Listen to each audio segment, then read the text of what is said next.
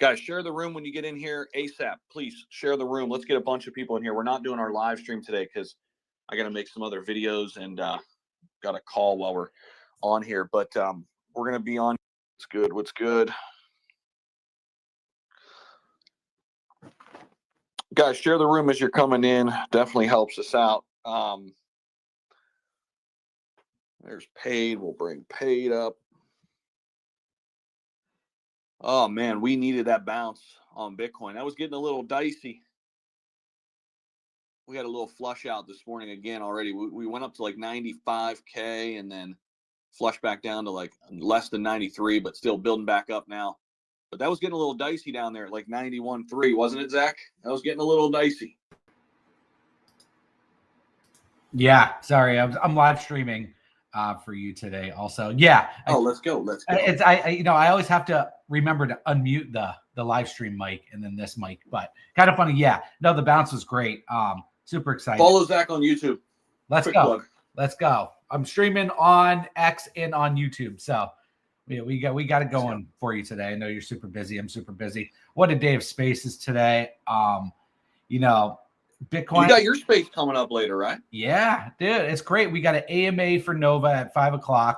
I'll post it up in the Jumbotron in a minute. And then I'm doing a chill space tonight for fun, just for just kick it, have a good time. Obviously, Buckeyes play tonight, bro. Yeah, I think it's gonna be fun, man, and find some really good projects and hopefully bring them into the Breakfast Club. That is the goal. Networking is key. So super excited. I was looking at ETH Miami, which is technically not Miami. I really looked at it. It's actually at a casino like 20 minutes from Fort Lauderdale, but obviously it's more appealing to say ETH Miami. But I'm excited for that one. I don't know if I'm gonna make it to the one in May just because my hotel's opening. I'm super busy. Running a hotel, it's easy once you're open, but it's hard opening. Opening and closing is the hardest part. But once you're rolling, coasting, because I'm seasonal, I'm good to go. But that's a tough time for me, May, and for the day event. But I'm definitely going to make it to the November one. Already planning all that. So I'm hoping Breakfast Club will all get out there. I'll get to meet in real life. So I'm super excited about that one. I know Paige's like, no, I really was mapping out. I'm like, I was telling Shelby and the family, like, maybe you should come out and maybe we'll go to Disney after some kind of stuff like that. Make it a great long trip, but who knows? But I'm excited about the events.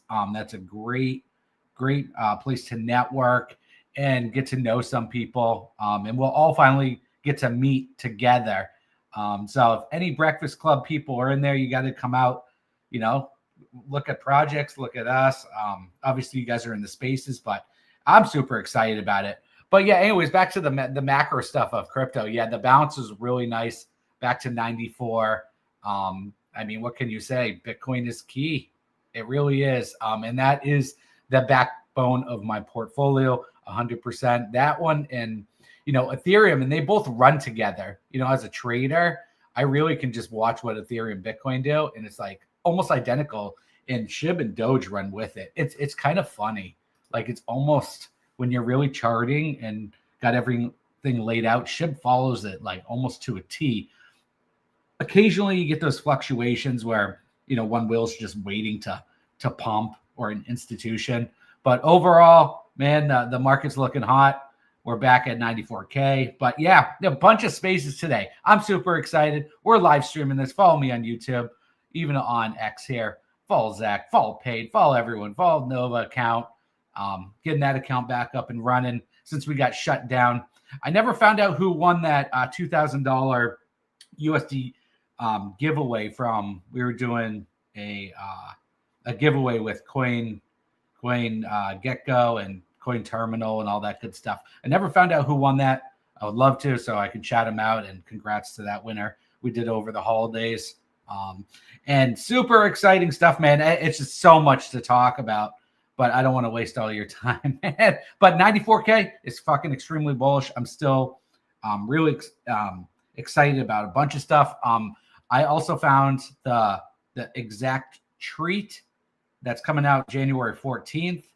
That from the SHIB ecosystem, that's going to be the layer 3 token on top of Bone, where you can do private transactions, all that good stuff. that contract got released. It's not tradable yet, but they're doing something different. And then already got listed on exchanges before they even launched this thing. So that's pretty huge. I'm excited about that launch coming the 14th. I'm not paid to do any of this. I'm just a SHIB maxi, obviously. Just like I'm turning into a Solana maxi, a Sui maxi, Ethereum maxi, a Bitcoin maxi. I mean, you can't fade away from these great projects. So, and that's where I keep most of my money, honestly. I move with the times. I move with the markets. That's what you have to do in this space. Sometimes waiting too long will get you wrecked too. And just finding some great gems, man. There's tons of gems. Lofi, great gem. Even Pa. I mean, it's so many great projects, and not going to toot ourselves on the back or give us a round of applause. But listen, since Pa has become one of the best sponsorships, a lot of projects found them on this show. And that's what we're here for, man. Networking. This is key. This is how we build all together. And, I would love to see Pa become like $1 billion project. And we could say, hey, we networked all that on the Breakfast Club. I mean, talk about great stuff.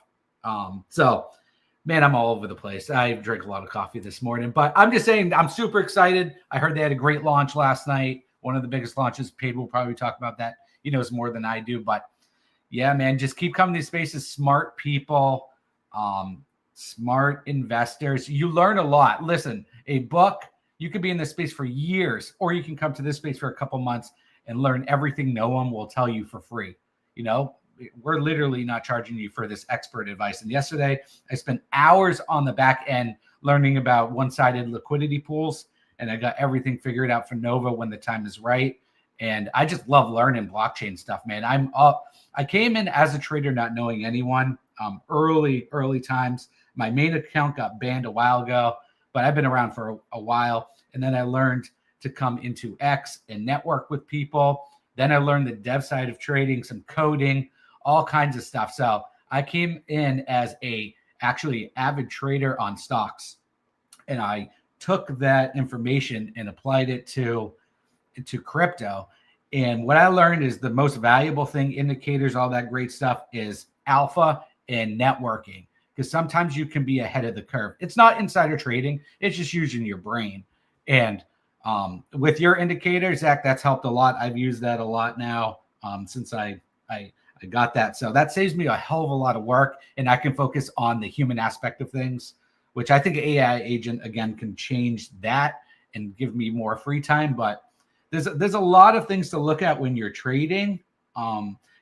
Unfortunately, a lot of people trying to do what I do will get wrecked. I've got wrecked many times. I've even been scammed before. So I've been through it all. I've learned the pros and cons of crypto, and I just keep coming back to zooming out and seeing where we're at in the market from day one of Bitcoin launching.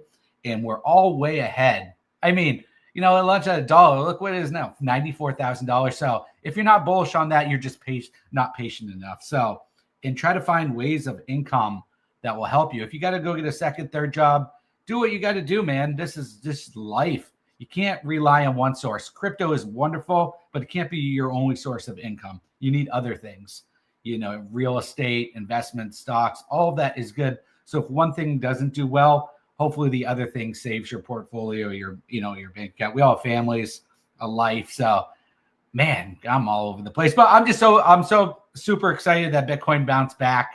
My portfolio is looking great. That stuff doesn't faze me. I trade that shit on a dime. Bitcoin and Ethereum are what my favorite trading. Obviously tokens, coins.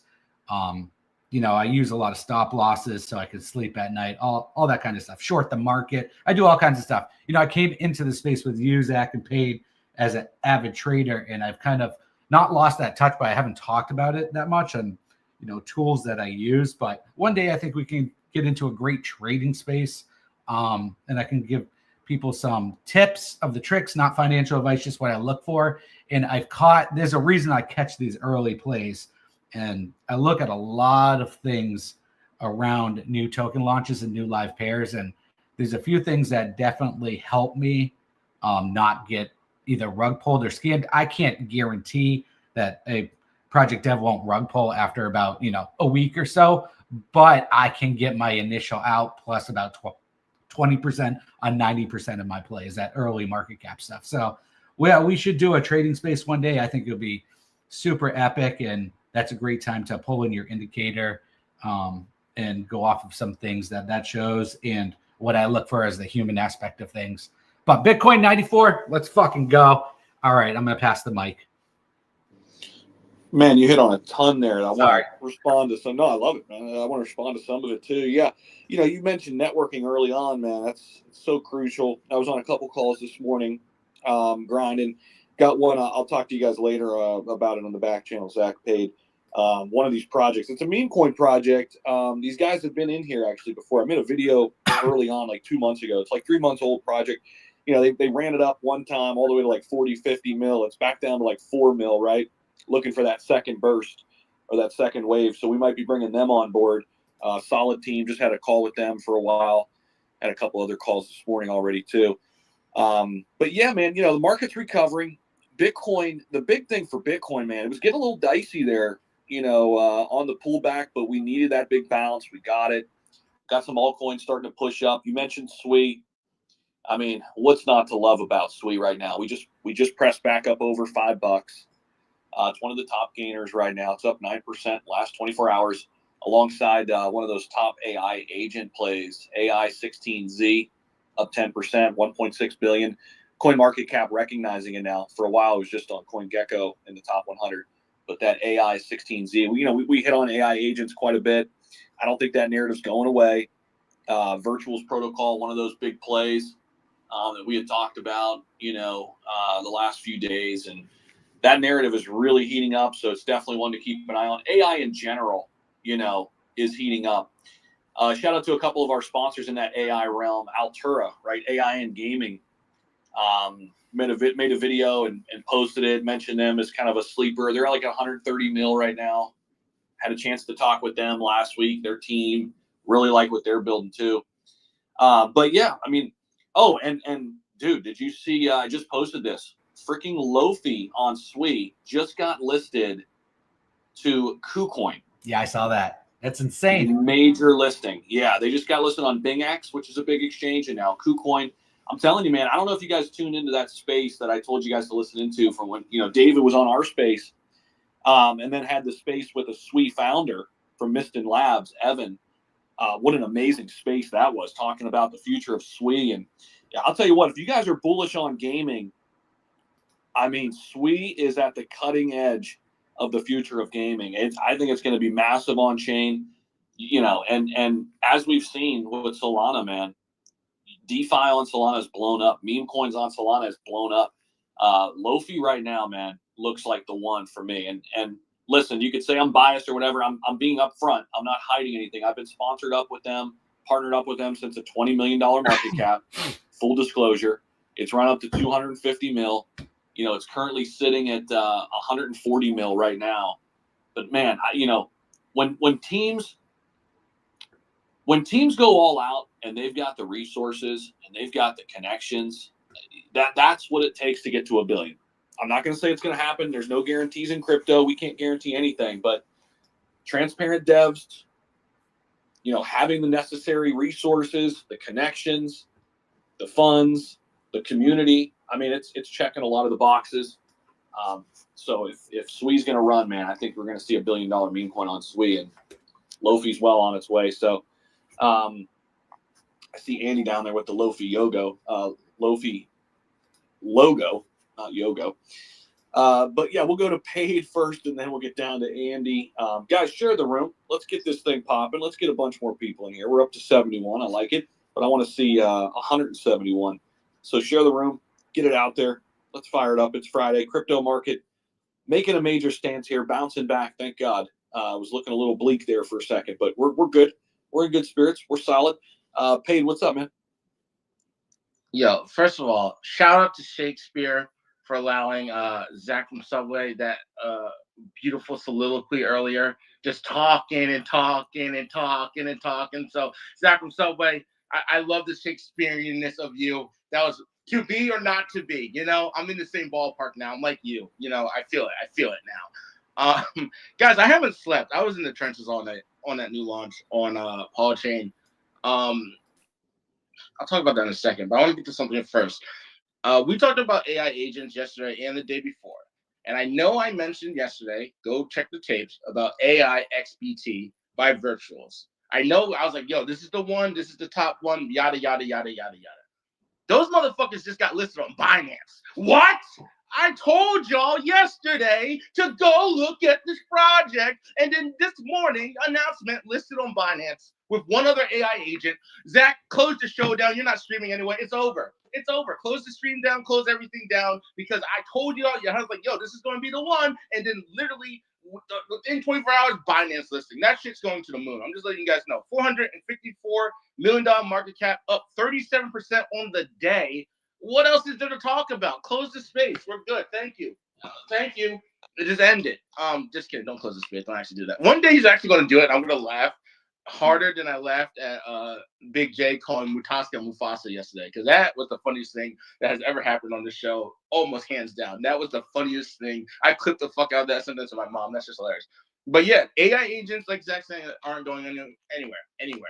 They're getting listed on Binance. I think 3 of them, Zach. I'll send you the post, or I'll pin it to the top, actually. I think there's 3 of them that just got listed yesterday. I know there's 2. I don't know if that 3rd one was. It was one of those pictures where it's like, these are the ones that are getting listed. The 2 were definitely AI agents. I don't know about the last one in that picture, but AI agents, that's the future, guys. If Binance is already just straight up listing it, whatever. They're the biggest exchange in the world. Whatever. That's it. Game over. It's over. See, that's going to be the future. Paid, we're ahead of the curve on the Breakfast Club. We are 100%. Always I literally ahead. said yesterday. I said AI XBT. It's what they were built in virtual. I said this shit's going to send. They're the top one right now. They're going to send Binance listing 37%, literally within 24 hours. Crazy. I didn't get in it because I was in the trenches doing some other shit. But I just want to shout myself out on that one because that was a crazy call. I honestly did not know anything about the Binance listing. That shit was actually a shock to me. I was just scrolling in the trenches. But guys, real quick, Paul Chain and Zach, I'll talk to you in the back channels about getting this project on. But OG Trump 47 launched, biggest launch on Paul Chain thus far as a project. Kind of fucking crazy, actually. Blew past a lot of people's expectations. The dev is super young, like not young, but like he's wet behind the ears. It's his first project ever. He's been helping to work with 47 on Soul for a while, and he said, you know what, I want to do my own thing. He reached out to me. And he's like, oh, I want to do it on Pump Fund. I was like, nah, fuck Pump Fund. Let me go talk to Brian. So shout out to Brian and the Paul team for fucking, getting that going. And they launched it yesterday, and it did really well. I think all-time high, 133K, which isn't too crazy. But, Paul Chain itself is only at 14 mil. So you're looking at just about, 1% of the fucking total market cap was in this project last night at one point. So like that's insane. If I said you get 1% of Amazon right now, or 1% or Apple, or 1% whatever, you guys would be like, oh yeah, give me 1% right now. So 1%, it doesn't seem like a lot, but when these numbers start fucking going higher, when Paul Chain hits $1 billion, when it hits $10 billion, and you get 1%, maybe 2%, it's going to the moon. So shout out to fucking OG Trump 47. Love those guys. Love Chris. Great launch. I know Brian's going to come up here. He was up here earlier. I know he's going to come up here and talk about that at some point because that was their most successful, smoothest launch. Yes, there's some stuff in the background, some tech stuff with MetaMask, blah, blah, blah. But that was their biggest launch, and everyone's super excited about it. So I think, going forward, this might set the standard. First political meme coin, the biggest launch is great. It's great. So shout out to them. They more than likely will be a partner of the show at some point in the future, and especially going into inauguration. So I'll talk to you, Zach about that. But yeah, other than that, guys, I'm tired as fuck. I didn't sleep. That's it. I'm drinking a fucking soda. I didn't sleep. I don't got much else to say about the market. I'm glad Bitcoin was bouncing. I wasn't paying attention to it. But that AI agent thing, Zach, is I still got to get you that little write-up thing I was talking about. But the AI agent thing, that's where the money's going. Because the virtuals thing is too, I guess you could say, unique with creating AI for people to do things that could be very beneficial in the future. Again, imagine getting an AI agent doctor or an AI agent, fucking stock investor, or for Zach from Subway, AI agent, Shakespearean writer. AI agents can be used for anything that can make life simpler. So like with Zach, I was waiting for that emoji. I was like, what the fuck, it took on too long to laugh. Um, but AI agents, it's going to be, hey, AI agent, I need you to help me write a script for a movie. Yes, ChatGPT can write it, but I need someone to proofread it, go over this, rewrite everything, and use historical context from other movies or something. Help me write something or help me correct something. It could help out teachers. It could help. It's just the agents are crazy, and they're going to be in every institution, whether it's educational, banking. Like imagine you go to school, and instead of hiring a teacher's aide, you just have the AI agent walking around in a Tesla robot. I'm going to shut up, but I'm thinking about the future of AI agents. I'm thinking about the future of AI and how once it's all implemented, we probably are only going to live for another 5 years before the world explodes. But I'll give it back to you, Zach Humphreys, Zach from Subway, the Shakespearean guy himself. Good morning. For a guy who hasn't slept, man, you sound pretty on the ball. Oh, Zach, no, I after this space, I'm going right to bed. I'm just letting you know, I'm off of it. Like when you get too tired, you get crazy, dude. I was trying to like rest my eyes last night on the couch, and I was seeing like fucking shadows moving and shit. I was like, no, I'm just gonna stay up. I'm going crazy. I know there's nothing in here, and I'm like, Jesus protect me. I was like, no, I was like, y'all seeing shit, Zach. I swear to God, I woke up. I almost had sleep paralysis at one point because I didn't sleep enough. When you're in and out of sleep and get sleep paralysis, I don't know if anyone ever gets that, but I used to get that a lot as a kid. But you get it when you don't sleep enough. And yeah, I was like, I couldn't move for a minute. Shit was crazy. I was seeing visions and shit. But yeah. So everyone go check out OG Trump 47. There you go. Yo, real quick, I posted that Lofi post that I just made to the KuCoin listing on Lofi. One of the things I look for, man, like how heavy the community comes in. Look at all the comments, like immediately. Community's growing like crazy, man. That's what it takes. That's what it takes. I mean, if you guys have ever seen, like, if you know what happened to Brett, you know what happened to Pepe, you have to have that kind of, activity and engagement. So shout out to them. Shout out to Lofi. I see Andy with the logo down there. He's on board, obviously. Andy, what's up, man? Morning to you. Morning, everybody. Yeah, no, I just want to reiterate what Zach was saying earlier, man. This space is phenomenal. Like when I first joined the space, I was only trading on crypto.com. I didn't know how to use anything, no MetaMask, no nothing. And now I'm holding, money in Jupiter, Sui, crypto, MetaMask, like, and even Uniswap. Like I'm just, the space is awesome. Like I've gotten all the help from you guys. All the things I've learned from you guys have been more than epic. So I just want to give a huge shout out to everybody in here, all, Zach from Subway and Paid and all you guys. And Matasco, I've learned so much from you guys that I don't even know where to begin to thank you guys, and it's like, I just want to say a big thank you, you guys. Huge shout out to the Breakfast Club, man. Andy, are you tearing up over there? Are you tearing up? No. I'm just super thankful for you guys, man. Because if it wasn't for you guys, I would have made ample mistakes and never been able to get in early on projects, which I have, which is more than what I could ask for because I've been wanting to do that for so long, and I had nobody to teach me. And it's like coming here, it's like this is epic. This is fucking awesome. The space rocks. Let's go, guys. Real quick before we get to the next speaker, I see AI has a hand up.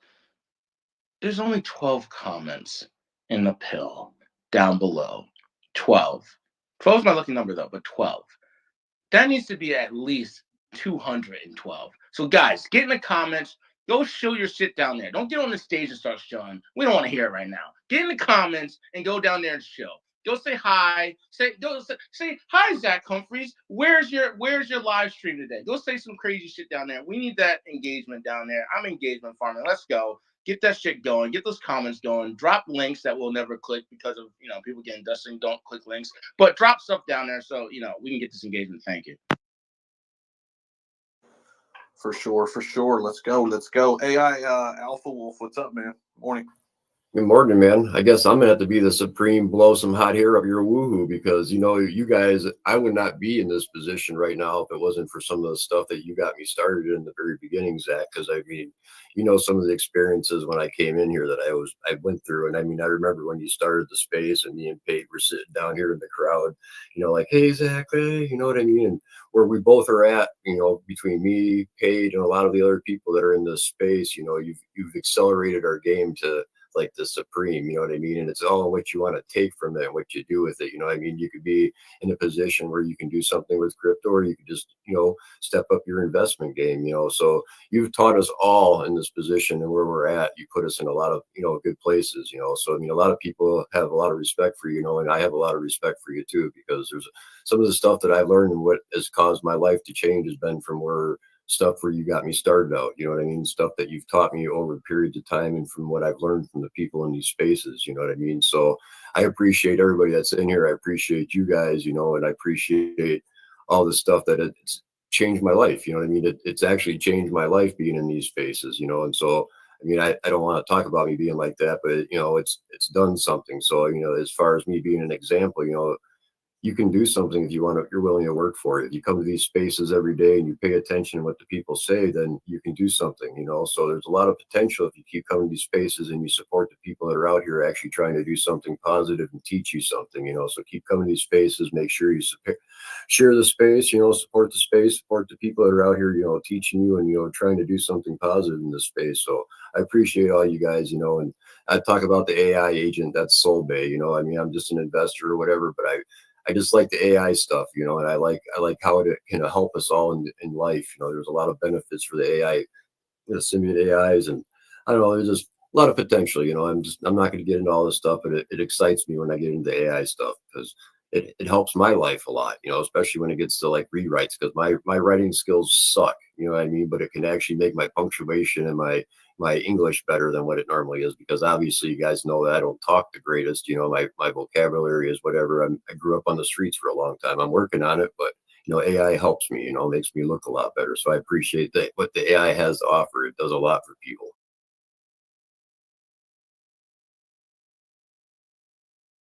Absolutely, totally. Yeah, AI is again, you're only as good as your tools, right? So like that any craftsman is only as good as his tools, and AI is a tool. And a lot of people, especially when AI started first coming around, which is still in its infancy, but when it first started coming around, a lot of people didn't like it. Oh, the artwork is gonna put everyone out of a job, and then somehow everyone still has a job. I don't get it, but it's how can you utilize tools that are coming out? That's how you get ahead. That's how militaries beat other militaries back in the day. They had better tools. They had better weapons. That I mean, obviously, money and a whole bunch of other shit goes into that. But I'm just saying, as an example, that like that's what it is. You have better tools, you win. You have XT algo, right? And you get that 21% off, right? All right, Zach, that's what 30%. How much do I get off of that?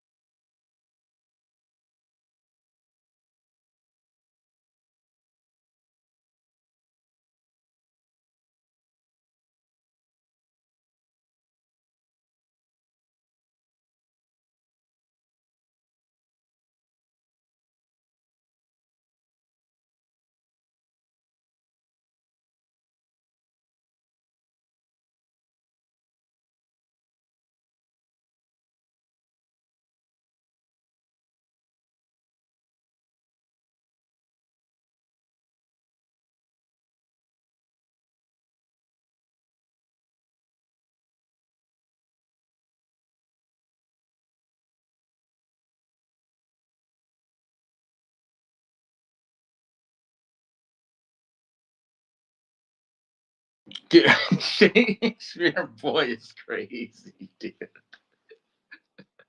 From now on, when you talk too much, I'm gonna just message you Shakespeare. I'm gonna wear. You know what I'm gonna do?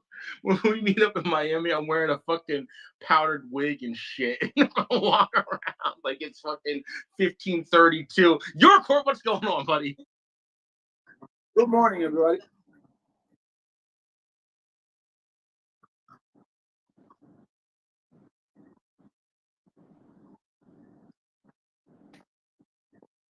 Zach, see, you need AI just to understand what your wife's saying to you. That's crazy.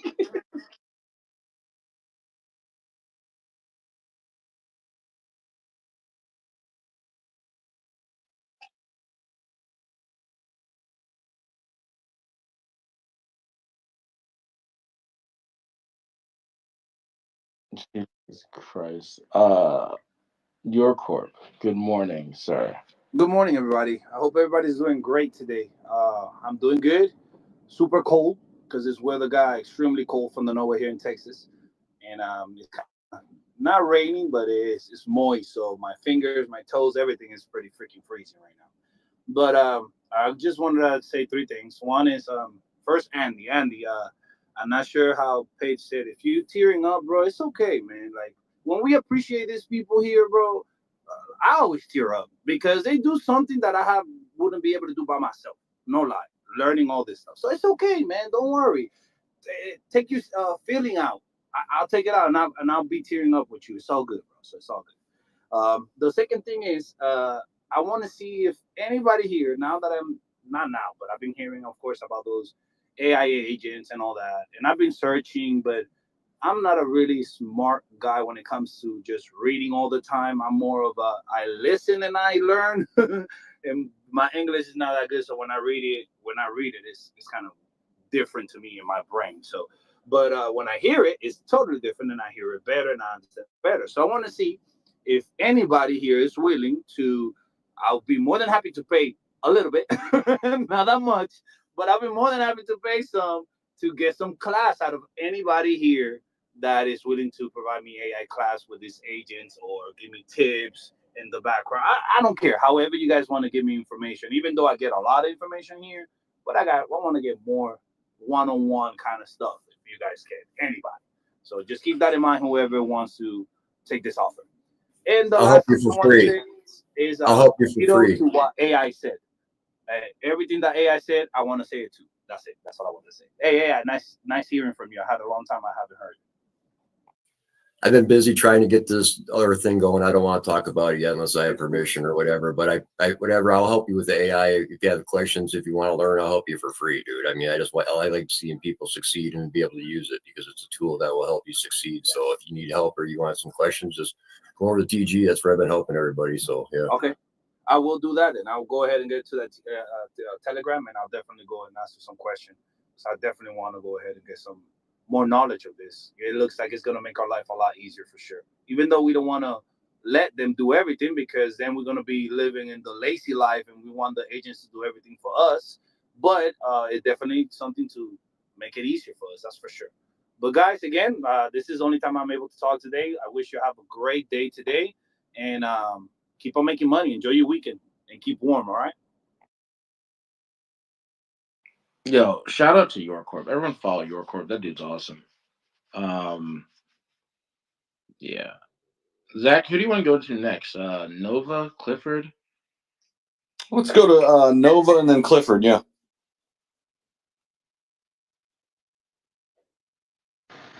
Hey Zach, hey, what's going on, guys? Don't really got much to say today. Just kind of been popping in and kind of just adding to some of the conversations that are going to be had.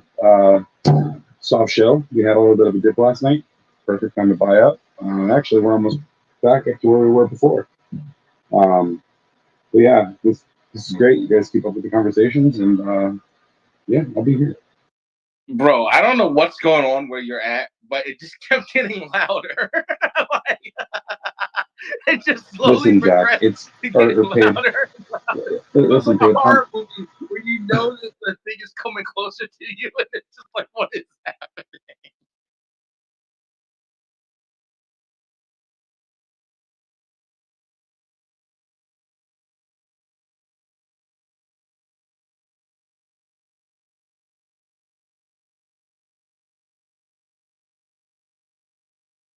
Wait, Zach, what is it? What is it at right now?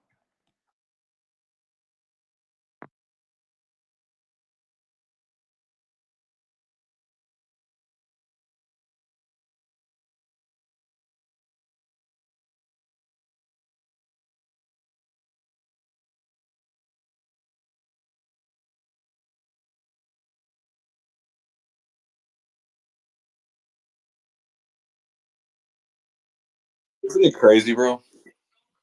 But what's interesting about that? We're still all saying like retail's not back.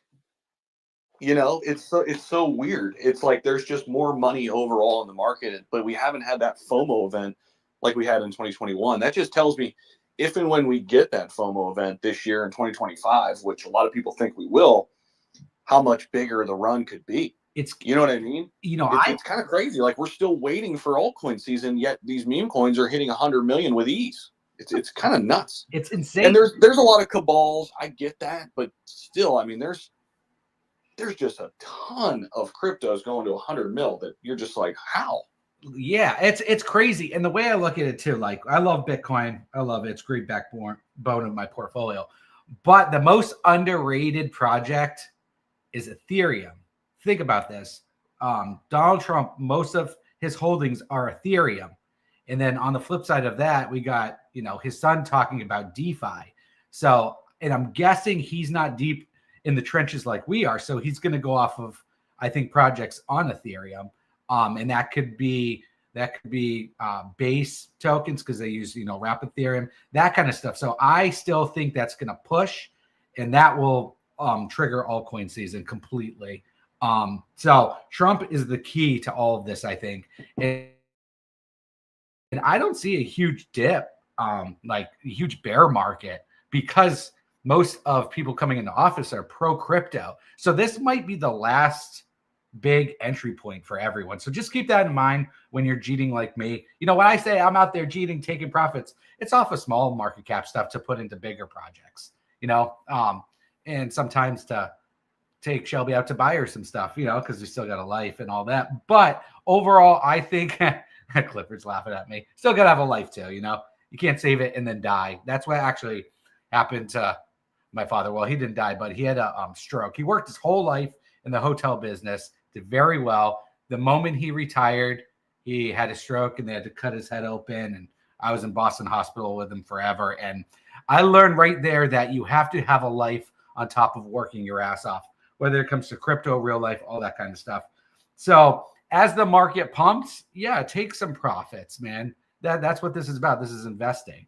If you don't need to, obviously save it for longer. But I'm seeing altcoin season going to happen when Gensler's out of office. They bring all new people in. Trump is out there promoting crypto, not just Bitcoin, crypto. And then you got his son talking about DeFi. So that stuff is going to start. I personally think it's going to start with Ethereum and then trickle down. And I don't know when that's going to happen, but that's the way I see it. But I think right now the narrative is AI agents are swinging up, but I think it might take a shift back a little bit, and then all Trump stuff's going to happen. I'm paying attention to the Trump stuff because when he gets in office, there's going to be a million Trump tokens coming out. And me in the trenches in my sweatpants, I'm going to be trying to ape into everything and see what catches. It is what it is. I move with the market. But overall, I think Ethereum is going to pump like no other. And just because I know Trump holds, that's the most amount of his crypto, and he wants to make money. Don't get it twisted. These politicians, they want to fill their bags before anyone else. So I think he's going to push that narrative, obviously. And Bitcoin will do well, but it's going to come back to altcoins, and then we're going to see a run. And I don't know when it's going to slow down. Hopefully it doesn't for a couple of years. Hopefully it just keeps going and going, like me talking right now. So I'm bullish on Ethereum, as you can tell. Man, I could sit here and talk for days. I can't wait for a nice podcast space. I can just talk for 4 hours about anything, and I'll go all over the place. Okay, I'm going to shut up now. Thank you. To be or not to be? That is the question. Yo, Shit. Zach Shakespeare. Zach from Shakespeare. Yo, real quick, guys, I just want to, before we get to whoever else is next, I pinned up top who Binance just listed. And yes, all three of them are AI agents. Cookie is the third one that I couldn't remember what they did. They are the quote unquote first index and data layer for all AI agents. They got listed yesterday on Binance. They pumped 87% in a day. They went from like 150 to right around 300 mil. And that is what, to put this in perspective, Binance is going to list what's going to be hot and what's the strongest narrative. Look, Sneck was a volume, bro. It's all about volume. No, I understand that. Yes, it's all about volume. But like, for instance, Sneck had great volume, and they hit what, 450, 500? No, they hit 600, didn't they, Zach? I don't remember. They hit something crazy and had crazy I think volume. 600 mil. Yeah. Yeah, and they didn't get listed. There's a bunch of projects that haven't got listed that have a higher market cap, maybe have the same volume, lower volume, whatever. But Binance, they're smart. They're going to list what they think is going to make them the most money, where people are going to buy, and they're in the future. So Cookie, these three up top, there's a reason these three just got listed. I'm just going to leave it at that. Those are three AI agents / AI plays to be looking at. Right now, they're on a massive pump, so I don't know if right now is a good time. Don't buy the green candles. But this is what Binance eyed, and they dropped this announcement only 5 hours ago. Chain GPT, that one is up as well. I got them all pulled up. That one's up 83%. It was just at 87, and then Cookie's up 87% or something like that. So, guys, this is the future. I'm going to shut up so I don't have to hear to be or not to be. Thank you. Hey, real quick, Paige. Chain GPT was one of the CAs that I shared in the group this weekend, if you remember. But yeah, happy Friday, everybody. Happy Friday. Let's go. We got some good employment numbers this morning. I don't know if anybody's looked at the macros this morning, but non-farm beat the expectation by like, oh God, it was like 100 and something thousand, I think. And then unemployment rate went down by 0.01%. So beat that one too, which is good in my opinion. Not financial advice, but yeah, I like to see the strong employment numbers.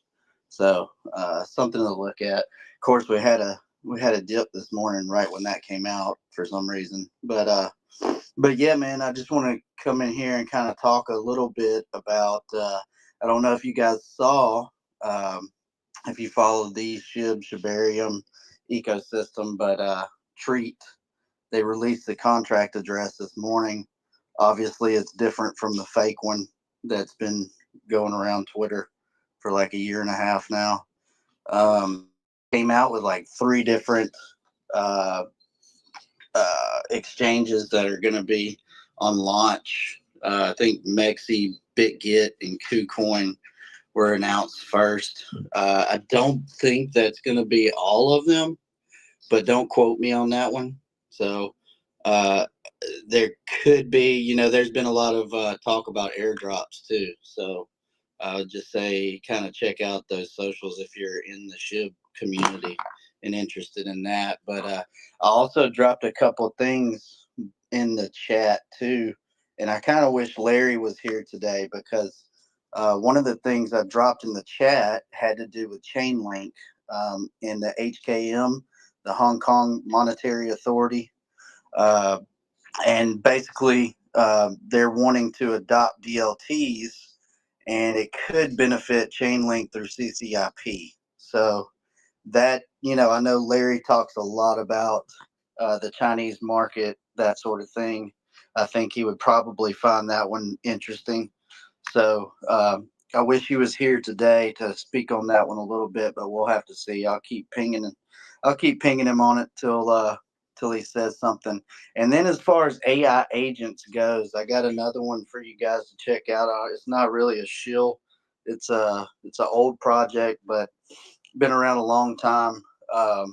And that one is called Origin Trail. Just check it out. Look it up. They got a website, Walmart, Costco, Google partnerships, NVIDIA Inception program. But yeah, they basically are an encyclopedia for AI agents to connect to and learn through verifiable information, which if you pay attention to what Elon says, verifiable information is going to be the most important thing that we can focus on, because as AI gets stronger and produces more, you're not going to be able to tell what's true and what's fake.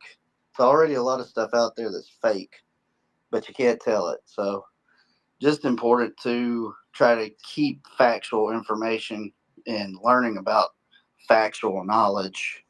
And the last thing I'm going to leave it with for this first part is, again, I'm going to say it again, World Liberty Fi. Check out what they're getting into. That's a really good idea of kind of what's going to be, what they're projecting is going to be successful.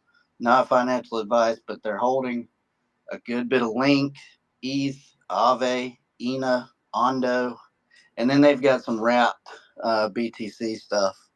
But yeah, that's pretty much your 5 right there that they're looking at currently. So not financial advice, but appreciate you guys letting me up, man. Happy Friday again to everybody. Let's go. I got one question for you, Clifford. You're the perfect person for this. Do you think it's a positive or a negative for a treat to be on exchanges right off the gate? Do you think that's going to see, a pump in the dump of the token when it launches? Because we know how it roll. So I just want to get your opinion on that. I like slow, steady growth. I think it helps a chart, because usually when you do things too fast and right off the gate, it creates a sell-off. Yeah, I would say, I mean, launching something on exchange, it's an instant way to be able to dump it.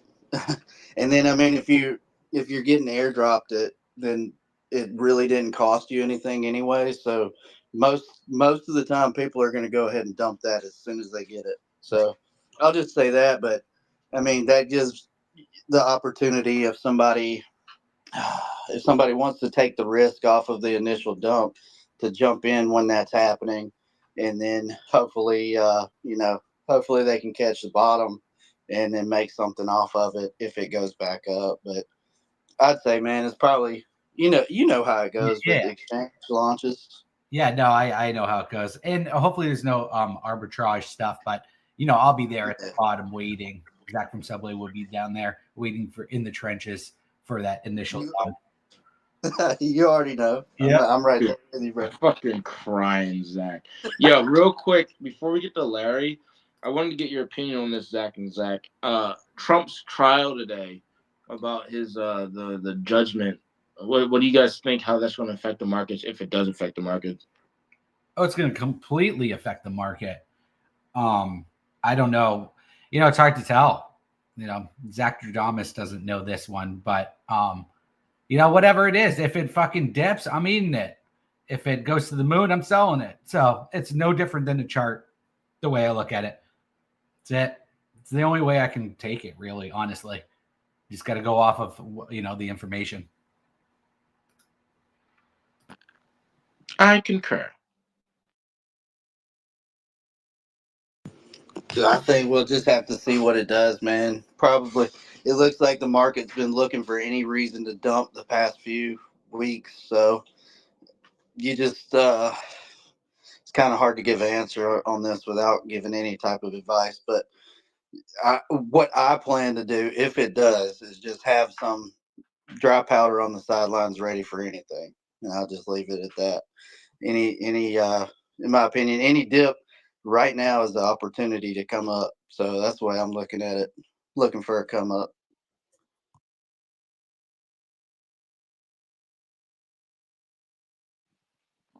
Yeah, good stuff. Yo, I know Matt was up here, but I think Larry, I don't know if you heard what Clifford was talking about with CCIP and Chainlink. I don't know if you want to respond to that. Yeah. Clifford, if you need to kind of reiterate what you were saying too. I'm curious to hear Larry's thoughts on that. We got Mutasco up here. Guys, share the room. Make sure you guys get it out there.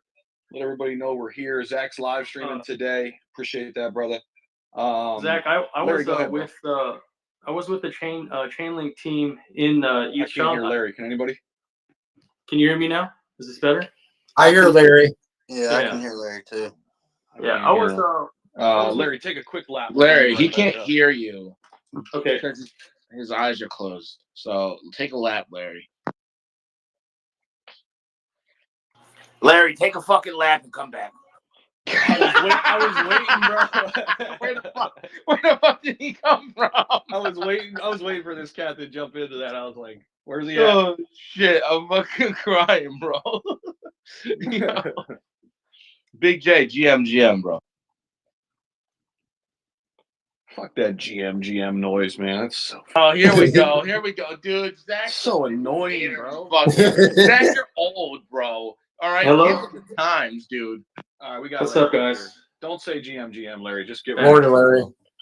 Yeah. Good so- morning. Say the whole word. Good morning. Yeah. Good evening. I was with Evening. Yeah, I was with Hilarious. the Chainlink team at their big event at East Shanghai. So I was with Defeng, I was with John, I was with a couple of their I can't say his Chinese name, but he was in charge of APAC.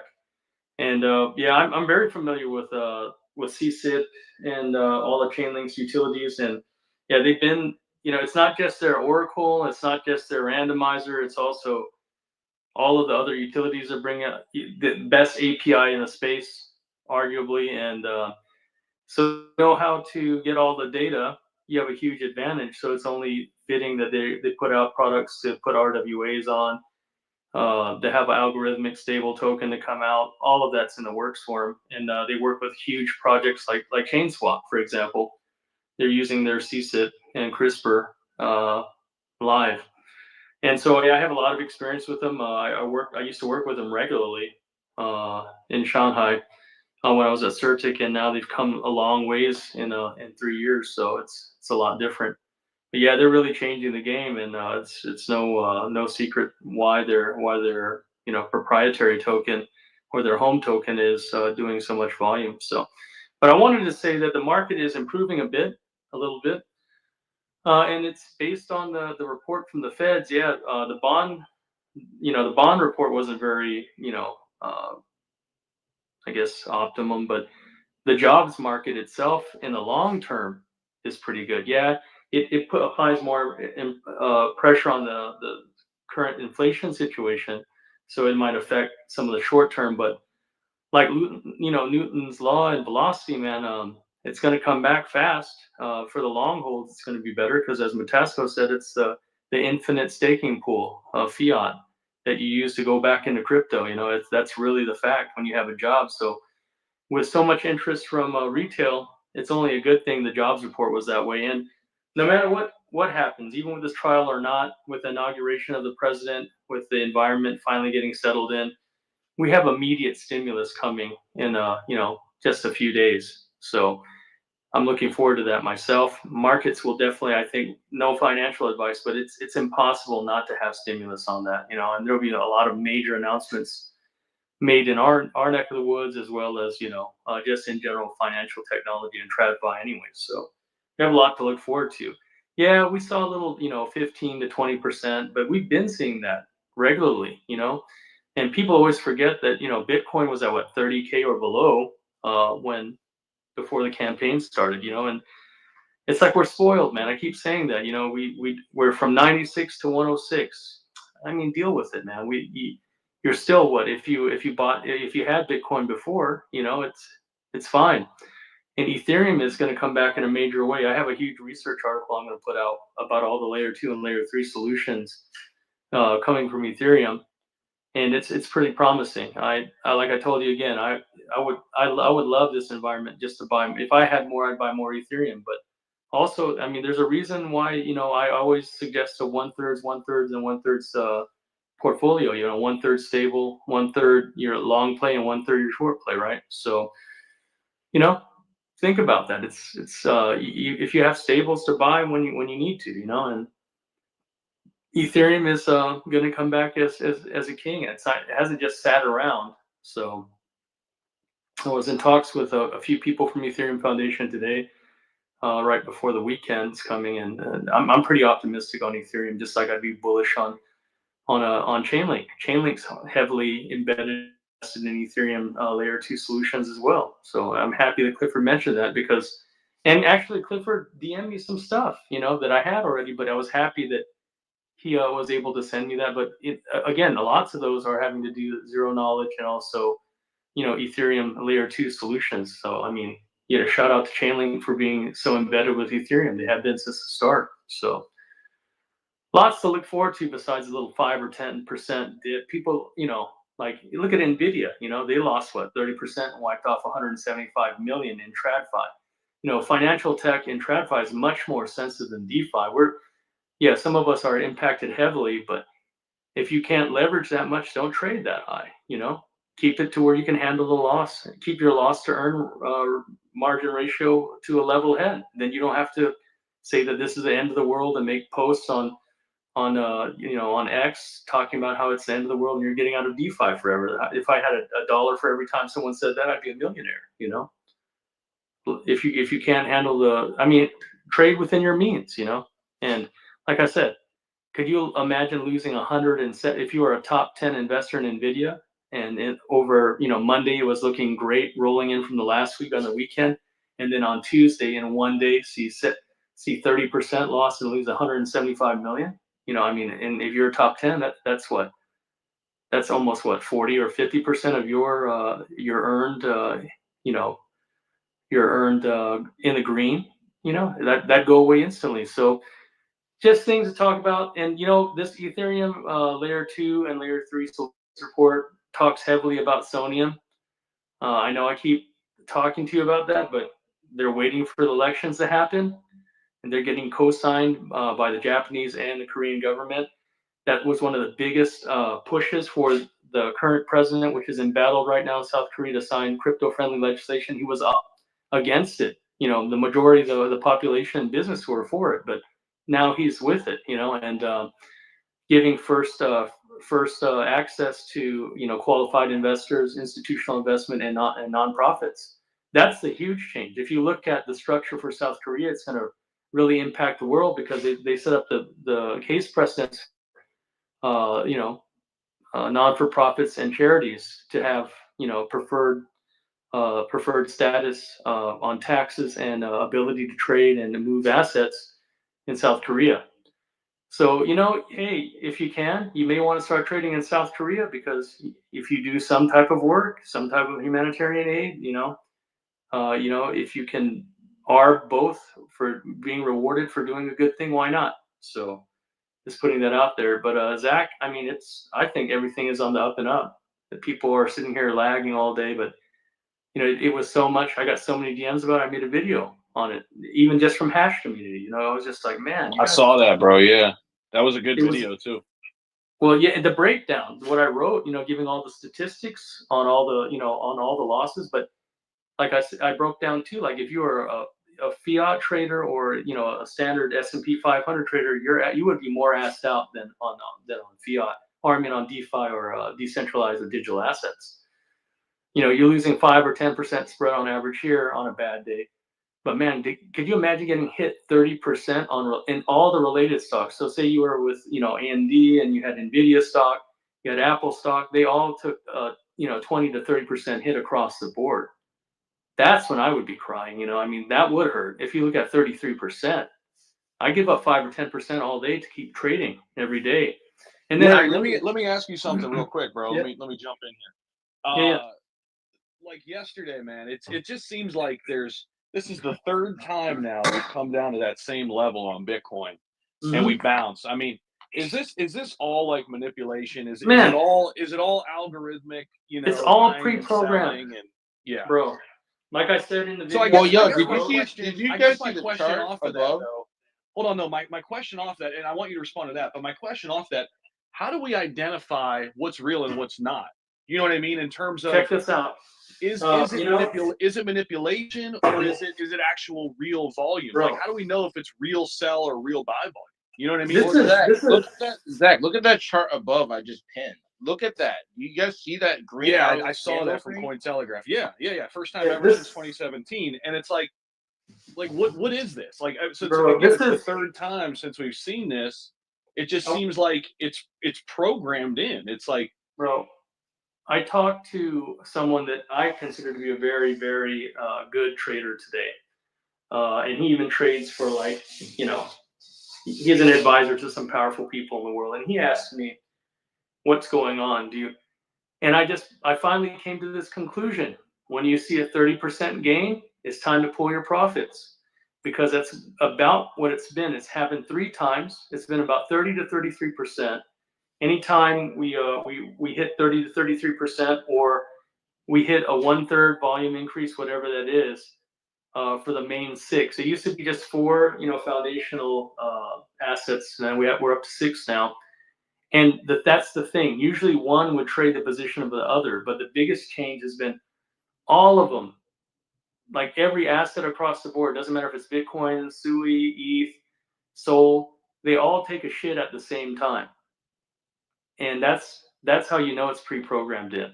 And it's happened not once, not twice, 3 times, And so that's where I came up with, like, if you have the ability, put a third of your portfolio into stables, so that you have a foot to bounce back on. And mathematically, you can match that 1/3 ratio. But now every time I see a chart hit 1/3, then it's, and there's been strategies tried, like people have tried to go on multiple chains, and it was effective before because you'd be able to arb on, one asset pool or side pool when another one was down. But that's not happening. And when Bitcoin shits, ETH takes a shit, Sol takes, all of them take a shit now. That's never happened before.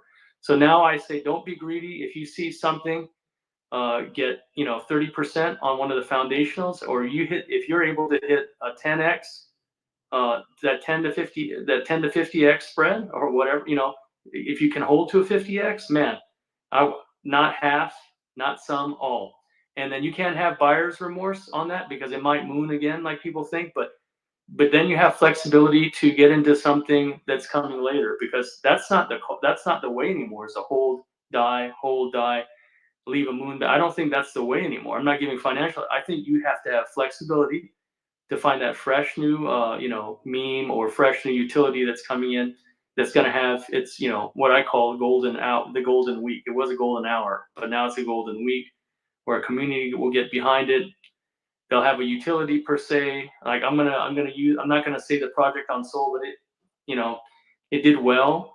It has an anti, cheat, or anti rug or whatever feature, and that's already been done. But it did well during this downtime. But my buddy asked me today, should I pull out like 10% or something? I was like, no. If you have no allegiance to this, it's going to be and here's the thing. Most of the same people that are project owners are starting up these projects. So if you have 4 people and there's a new protocol, there's a good chance that 1 to 2 of those people, those devs or those are already starting the new token, and they have a magic formula.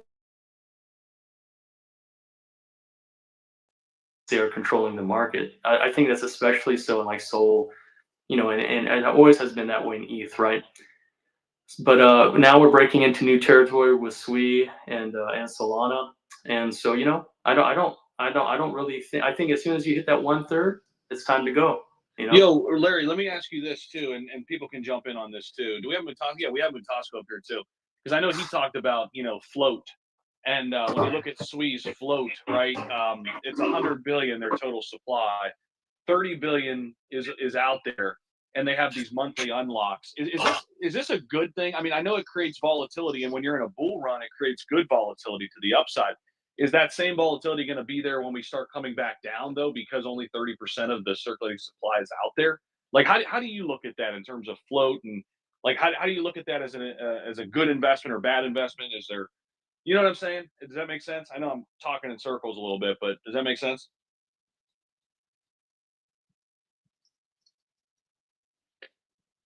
Hello? Yeah, can you guys hear me? Yeah, I think it's good for the trader and the investor, and good for people like us. But who's going to have a problem with the float protocols based on the mechanism, like, of locking and unlocking TVL, or locking, unlocking liquidity, so that, it can extend the chart. The problem with that is, though, like, as far as security is concerned, it's no bueno, it's equivalent to like crowdfunding or pyramiding, because, there's a mechanism for a select few. It's not like it's just random, at times, right? So everyone has a different formula for that. But what I'm afraid of, and it's good or bad, is that regulation not going to be keen to it. It's before there were like some protocols that did that, like Olympus and some of the rebase tokens attempted to do this and were quickly hit with notices that they were securities, or because if you have a schedule. But like, what is, I guess, on that though, like, what is a security? What's a commodity? I don't think we really know yet, and like, is this new regime going to outline that for us better? Are they going to, classify crypto as something else? I mean, we know we have a new SEC guy coming in. Yeah. We know we got a new CFTC person coming in. We don't know who that person is, but the person we wanted out is out. Like Brad Garlinghouse. But he's going to be the new CFTC. Yeah, I do. Really? And he had a couple meetings this last week. Would he have to step down in his role at Ripple if he did that though? I don't think so. We have Elon Musk. Wouldn't that be double jeopardy? He's going to be in charge of Doge, right? True. And he has 4 corporations that are full time, 2 of which are considered critical for the defense and advancement for national security and interest, right? So now is the time for the hybridized role. It really is coming that we're drawing from the best minds in business to help make America competitive again. But like what you were asking me, like, I think they're going to go more focused towards the individual, that they're going to scrutinize with maybe KYC, and like, if you're not doing bad things and you're paying your taxes, who cares, right? Rather than focusing on those small finite technicals that only a bank would be interested in, because the banks are angry they didn't think of it themselves first. And we can see that right now with how heavy they're coming into, trying to CBDC, decentralized finance. And they're doing it really smartly by joining up with, established protocols that meet the ISO and pushing their dollars in so that they can push some influence in now or later, or just to make sure that they can farm the data or the adaptees or users. So it's like playing a chess game, So I think that the current administration strategy is going to be very much what they said. They're going to look for the bad apples rather than, people that are just trying to develop and innovate. Because if that's the case, wouldn't that hold Elon Musk and Mr. and Brad Garlinghouse, it would hold them in an interesting, precedence, because technically what they introduced was before, these set or evolved rules that we have for working in this industry. So if that would open up a new can of worms. So again, how do you do it? Just handle it by common sense. You bring in, if there's a bad apple or the people are not doing right, then they're going to go after more the individuals, or groups of individuals, rather than, and they've already showed that with the bust they did, which, when I showed that form, it actually was not a bad thing. People felt like it was negative because, we're so much under the dogma that no bad news is good news, right? But actually, when we have good news that actually is bringing a layer of protection by saying, okay, these people said they didn't market make, and they didn't flush their dollars, and also they didn't bundle and say that they're working on these are individuals' wallets, rather than just disclosing, hey, we have a ethical and responsible bundle. All of those things come into play, right? And I think that was a good example. They went after individuals. They went after the market making firms that were wash trading for people. They went after these exchanges that were getting early and opening up all these wallets, like Poloniex. They applied pressure. One of the biggest ways to apply pressure is remove them from North America or to free world access, and limit them to just a certain locality. And I don't know if you've noticed, but a lot of these exchanges have went quiet after that because they know that they're not conforming anymore. So that was a good thing, is like both some launch pads and also market makers and these, I don't know, these crooked exchanges, they are the biggest and most guilty for, front running, arbing before you have a chance. You're not going to be able to outrun their bots. They have met, think about it. When an exchange lists you early and then they don't have your permission, or they list you at launch, what are they going to have? A bunch of wallets with position. They're going to know exactly all the countermeasures that you're using for anti-snipe and for how to get past the first 2 blocks. They're going to have a Mev bot that's going to be washing in the back anyways. They're going to have a literal gas and a mechanical advantage by the trading bots, and it can go on and on. And they just had all of the advantages, and that they are the ones that dump tokens. I mean, they are the one that dump charts.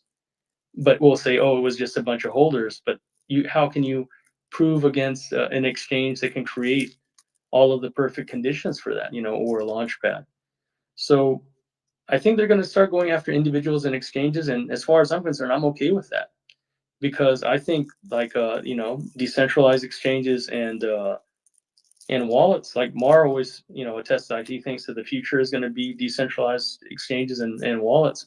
And I think it's going to be groups of us that are going to have peer-to-peer, like a DAO that will allow you to have your assets or exchange assets. What do you need? Like, for example, if Paid needed some Sol and I needed some ETH, we could do that, right? If Mutasco had all this extra USDT, maybe Zach could give him some of the SUI that he has, And I think, and then if you had a DAO internally and it was working for the small peer community groups, then all those fees can go back into the treasure, the operational costs of the treasure costs, and it can be redistributed. I think that's really the future, and I think that's what banks and even some of the algorithmic tokens that we have, the ISO 2022 tokens, about half of them don't care, but the other half are at that micro level. So we have to look at, like, BlackRock and MicroStrategy. you know, um, BlackRock bought 1,011 Bitcoin on the dip on Tuesday, on a whim, and they do that almost every. But people pay attention to that when it's on the dip like that. But BlackRock and MicroStrategy have been going tit for tat. They've been buying regardless, right? Of course, they increased by 20 or 30%, but it's weird. I'm not really a numbers guy like that, but the pattern of 30 to 33% either in buying, dump ratio before we regain any kind of traction in the market, it's been something I've been studying, and I really saw that pattern even when I put all those numbers in that big post that I put today, because those are all the metrics that I collected and how I correlated them. And to me, that convinces me absolutely that this shit's pre-programmed in, and that there is a bot or some type of trading algorithm that the 0%ers are using on their own, and the only thing they have to do is say yes or no.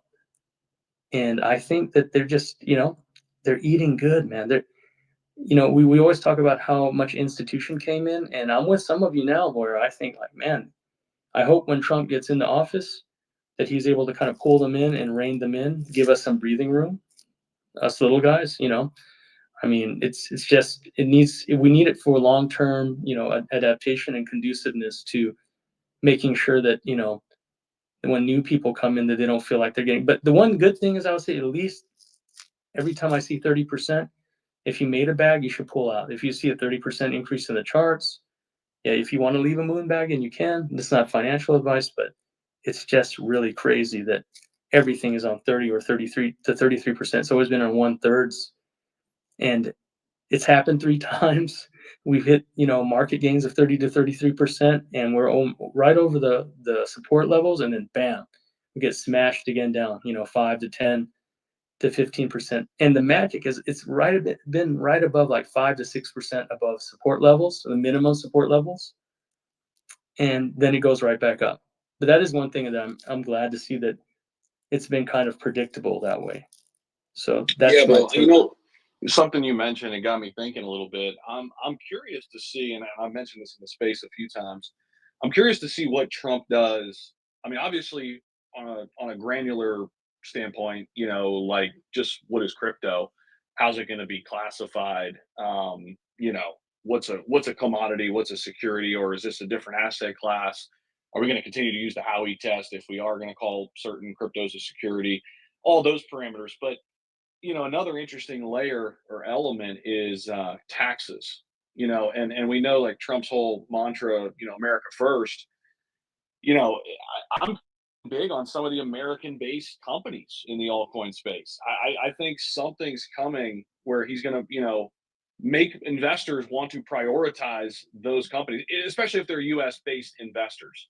But even if they're not, I have a feeling maybe U.S. companies could pump. Obviously, Ripple XRP being the largest company. Yeah. But you got some other players too. Obviously, HBAR based out of Boston. Chainlink, Algorand, Chainlink. Yep. I believe AVAX too, right? Yep. And what's your take on that? And I want to open that up to the panel too, because I think that's an interesting play. And a lot of these cryptos that are US based, they're being held down right now too. Outside of XRP, which did a 5x in a month. ADA and so Charles and Mr. Garlinghouse and a few others, they're just waiting their time. And the reason why I tell you is it's beyond crypto. Let's go back to the debate that Donald Trump had with both Hillary Clinton and both with Kamala Harris, talking about his tax situation. We know that he is not a big fan of, penny pinching tax, right? That if you can use the breaks, he painted it very clearly. He doesn't mind you using the breaks if you have the capacity to utilize the tax breaks. He's been very public about that. And he's even correlated, like during Bitcoin Nashville, he correlated the facts that if you're doing right, and especially like if you're applying some type of metric to support, global crypto adoption in North America, back in Americas, if you are adding to a utility or providing more segue into the Bitcoin strategic reserve that he has in mind, that he's going to do everything in his power to make it easier for you, to give you the advantages that other countries already give to their main, main economic base for DeFi. Because, like we saw, I can't remember, I think we saw Malaysia join BRICS the other day. That's telling. They had a chance to join OPEC because they're actually pretty big oil and gold producer. They produce a lot of oil, and they have one of the largest developing economies and populations in the world. So we have to really incentivize, because we can't over tariff and overtax. If we're going to tariff outside heavy, then we need to reduce taxes on the inside domestically. One or the other is going to have to give. And he's already made it pretty clear that he's going to provide some form of relief if you incentivize America first. He's already said that.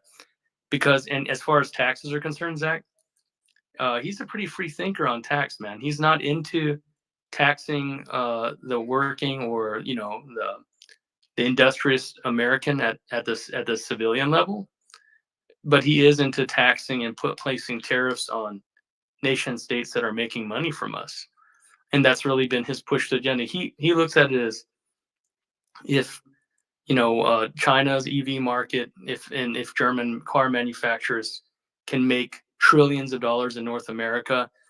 And if China can keep that zero tax policy domestically for their EVs, but they tax, U.S. or foreign-made vehicles the way they do, and they do, it's a heavy tax. Why can't North America do it? Why can't it be fair? And that's really what he placed emphasis on, is not taxing or not providing the brakes for the average Joe Blow, or if you're incentivized, investment and development in America. He's made that very, very clear that he's right. He's using those tax breaks and those loopholes in the tax bills to save himself money. He said anyone would do that. And, it's amazing that with immunity, they went to double jeopardy to try to convict him or to impeach him, because it's never happened before like that. We had a president that perjured himself. They got caught having relations with one of his, assistants, and they didn't impeach him. His immunity stuck. They made it go on. I mean, that's one of the. There's so many other things, other examples, like, even like Richard Nixon. You know, compared to what they put Trump through, compared to Richard Nixon, you can't compare the two. So the double standard is there. You know, it has to. I think it's really gonna, when he comes in office, it's gonna be mind blowing. Unrelated to this, he said that he's gonna clean house about the fires in LA and Maui. He's gonna make them be accountable. And the drone thing, he's gonna issue a report. He said on the 21st, give him a couple days after the inauguration, because he kind of just swept all this shit under the carpet. You know, it's not normal things, right? So I just hope and I pray that he makes it safely, because all of these things here are things that are not popular in discussion, that news media removes it daily. And I just feel like it's a travesty of justice. You know, but when he gets in, man, it's going to be, hey, it's going to be all, it's going to be a party, man. And I think the market's really going to reflect that, because again, it's not just the financial side, it's the media side. It's the proliferation of your freedoms based on common sense. And it's based on the precedents that he's laid down and what's come out of his mouth. Because that's the thing. People have held him accountable so much to what comes out of his mouth that he has not, not tried to follow through. So that's a big thing. And I think we're in good shape when he gets in. We just got to make sure that he gets in safely. Think about that. There have been 2 attempts on his life.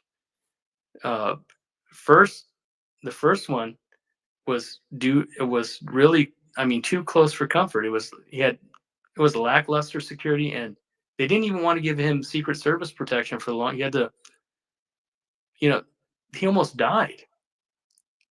No president pre-election has been through that much or that many threats on his life or his personal safety.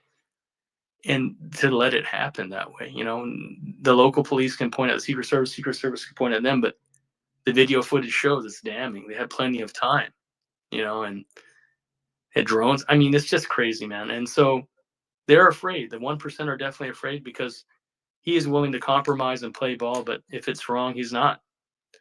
I don't know that it's necessarily all for conviction, but I do know that for us in DeFi, since it was what really turned the tide of the election, and you can see that in numbers and adoption. I always talk about that. We had 2% adoption in 6 months. We had 5% adoption in 10 years because of the election cycle, but because of Donald Trump. When you have that type of catalyst, that type of draw, it makes you a broad target, not just for people in DeFi, but in TradFi and 0%, So we got to hold this together.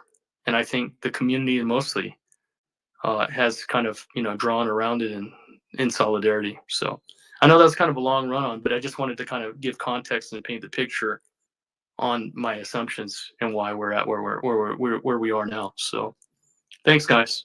Happy Friday. No, that's good stuff, man. Really good stuff. Let's get Matt in here, and then Mutasco's up here as well. Matt, what's happening, man?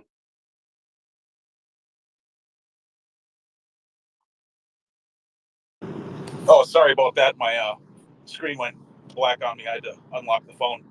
But yeah, man, Larry, wow, that was a lot, dude. But you know what? I picked up what you were laying down, and I agree 100% with everything you said. It is so rigged, and it's all bots, dude. I was watching the chart on Butthole, and what you described is exactly what's going on with Butthole. And so it makes me bullish, because I think on Monday we're going to see some pretty explosive gains on the chart across the board, not just on shit coins. I think Friday is always kind of, man, it's hesitant throughout the week. It's sluggish always. It's either explosive or it's not on Friday. Monday, it's usually bullish on a Monday. So I think Monday, and getting closer to January 20th, with all the Trump meme coins, with all the shit coins and altcoins and Bitcoin, I think it's got to kick off. Like it has to. People aren't going to wait for January 21st to put their money in. Not people. Institutions aren't going to wait until January 21st. They're already here. They've just suppressed everything a little bit, in my opinion. This isn't financial advice. It's just me doing my own research on wallets.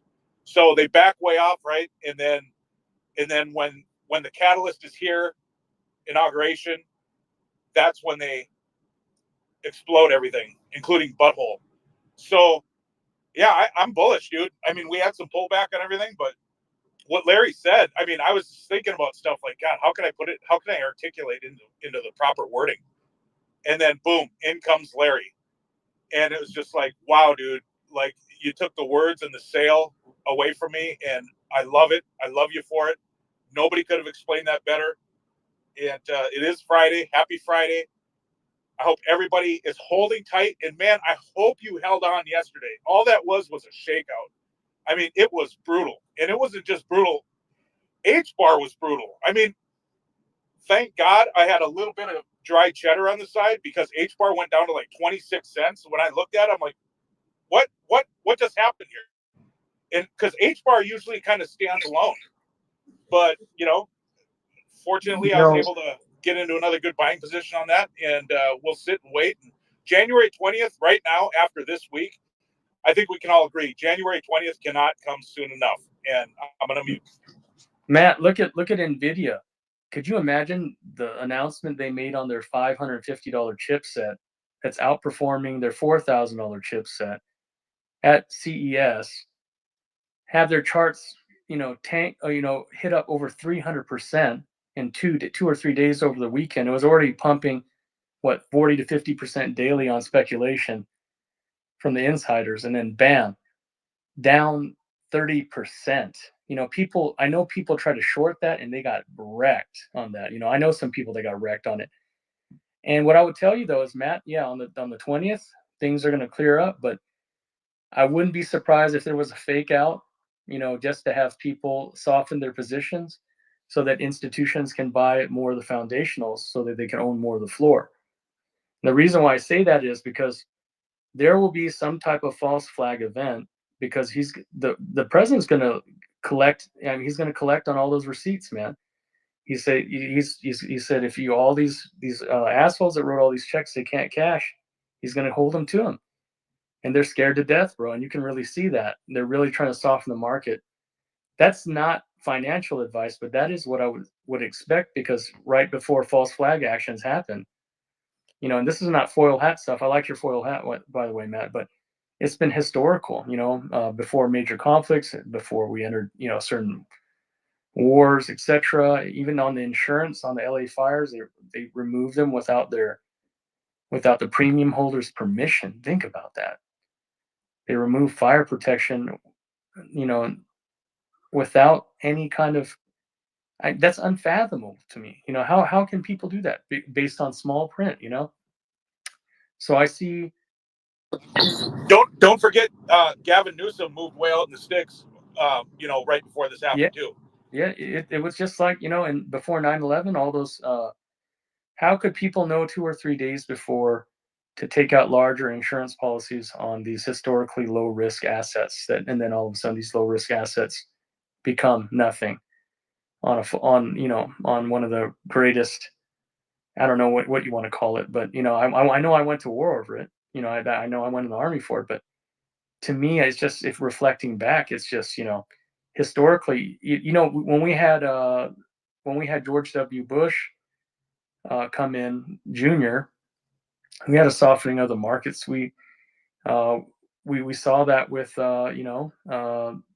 actually we saw that with Donald Trump before he got into office the first time, and it's really because, for example, this jobs market report was pretty good, although it's inflaming or is pushing up because inflation is going to make inflation kind of heavier, because the news is better than thought.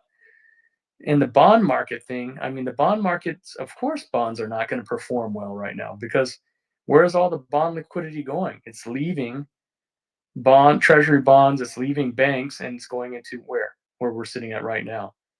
So of course, because it's one of the main holders of a larger the influence over the fiat pool, over the printing press, of course it's going to soften the treasury's position. So if we look at just common sense, they're going to have a way to kind of make some investors go back to at least diversify. You know, there's no turning. They know there's no turning back the mass adaptation of a decentralized finance, but at least they can get some diversification in the short term back until, you know, XRP, until, you know, even ADA become, you know, digital bridgeways from, you know, TradFi into where we're at. Or I mean, in Hedera. I'm sorry, I dare not leave out Hedera and HBAR because they are in the cool kids club right now. So I think we'll still see a softening of the markets even the first week of the 20th on some of the mains, but and I think there's probably going to be a major critical event. It's funny that we have a fire like this in the middle of the fucking winter. I mean, I know it's so warm there, but I live in LA in Orange County, and I just don't get it, man. It just, a lot of things don't make sense to me. And why would someone move water away? You know, why would someone sign a bill to remove? You know, California already had a huge drought problem. You know, and they had a watershed program to place more to save, you know, rainwater, to provide diversion of water, and they didn't do it. And for them, at mass to remove fire protection for those that lived in the valley and lived in the hills because they had some history of forest fires or just wild urban fires. And I don't see why they would do all of these things.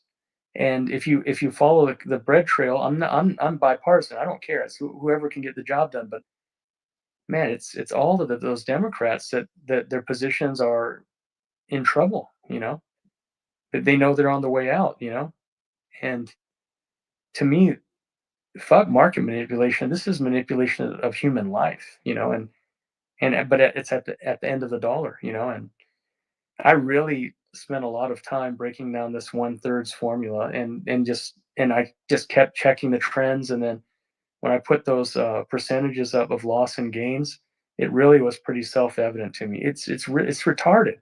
It's like 30 days out, you know, 30% loss, 30% gain, 1/3 back on the chart. It just blew me away. I'm not a patterns guy. You know, I am for when I'm doing security audits and when I look at code and binary code, but this frequency over what, 6 months to 9 months was just too much for me. Almost like I couldn't sleep. I lost sleep over it. And I just really want you to consider that. Maybe it will give you some clarity when you're making your decisions. No financial advice, but at least you're prepared to have 1/3 of your wallets be diversified with, or your cold storage be diversified with USDT or USDC, so that you have enough, you know, of a bounce to buy back things that are soft that you know are going to go back up. So, yep. Sorry, guys. That's just really it's just spooky shit, man. For me, I'm not a conspiracy guy. I'm a, you know, hey, if I can see it, I can touch it. But all those percentages I drew up were not by accident, you know. No, that's good stuff, man. I want to bring Mutasco in here. We got Brian up here too. Mutasco, what's going on, man? Good morning to you. How you doing? Hey, good morning. How are you? Doing great, man. Good. No, I wanted to say something to your cop earlier on. I think he had talked about here's what I want to say, right? There's no excuse today to pay anybody any money um to get anything, right? If you don't know, you can at least, you know, and even if you're on Twitter, right? There's and I'm talking about the courses, like all this stuff that people like to, yeah, I have this unique information here and there. And I'm like, well, the large language models, you know, they're literally stealing information left and right on the back end, aggregating it, and then spitting it out to people. And thank God this is not like, you know, oh my gosh, we have to wait 5 years for regular people to have access to Chat GPT. It's literally commoditized to the T. So I always say this: when you speak to the AI, speak to me like I'm two. Speak to me like I got wrecked through crypto a million times. Whatever language you prompt, the AI will give you a response. And then you start from there. If you have other complex things, um, you can, then customize your need to, like, oh, I need this person. And again, what that does is it actually helps you. If you have $1,000 at your disposal, you probably would save half of it, right? Because then you're not asking all these questions that may end up having you giving money to somebody that you shouldn't necessarily give to. So, because here's the thing that we know, right? The AI thing is about prediction and accuracy. It's like your credit score. You get insurance, or you walk into a bank and get a loan. They have to look at what is the likelihood of you defaulting. And it's all centered around prediction. Now, AI has made prediction more accurate. And so the question then becomes, what do we need to make AI better at prediction? We need data.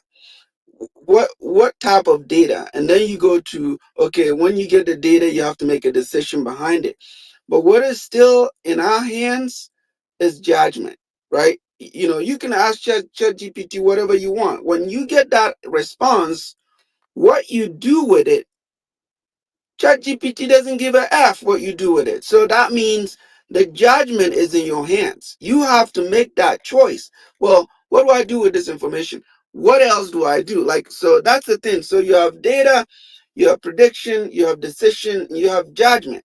And that judgment part, we humans still have it. This is why I love the think tank groups, and, like, because collectively we're empowering each other, right?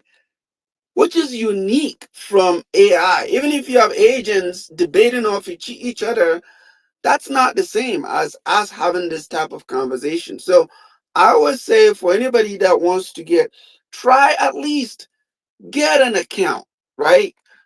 And try these things, like literally try them. And the more you do, you're going to discover things that will make you feel more comfortable being in this realm.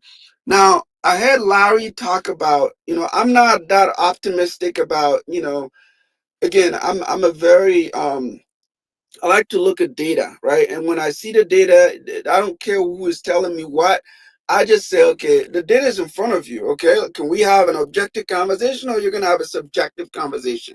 There are people who say, well, I like this guy, I don't like this guy. I don't care about none of that. What I like to look at is, what I do know in Trump's administration is that the deficit is going to go up. Okay, there's nobody that's going to convince me otherwise. Now, what I'm trying to ask myself is this: what happens if that happens, right? How do I make money? Like, this is literally why we're here. And I think the joy of this is that, here's what I want people to understand where I'm coming from. Whether it's taxation, it's cuts, it's tariffs, it's all that, it's always been centered on some exclusive group of people who, by the way, already have money. Okay, there's something that banks, people that provide lending, whatever, right? Money for startups, they will give you money when they see success in your face, right? Or they see success around you. There's a funny saying about people that do the dating. I hear people talk about this a lot, that you have people who are successful and they're in a very solid marriage, they get distracted a lot, right? You ask, why is that? Well, in the startup world, if you have the right connections around you, you can get capital really quickly, right? You're not going to tell, yeah, there's a random chance somewhere, some random guy will get funded for something. It's 1 out of a million. Oftentimes, the money goes where it is designed to go. And so for me, and I'm saying this out of something that I know I've shared in these spaces before, there is an institution called ITEP. It's called ITEP, the Institute for Taxation and Economic Policy. They do kind of a lot of detailed analysis on this tax policy, the implications, the impacts, and all that. I see the data. I read the data, and I'm like, okay, cool. I see what is going on here. There are big companies, and the list goes on from Apple to Microsoft to all these people. These people have a ton of cash in their balance sheets. Okay, some of the money are out of the United States. But these guys still get tax breaks. And the question has always been, oh my gosh, well, and you know what the ITEP report said? 302 companies paid less than 5% in taxes. What is the corporate tax rate today? What is the effective rate?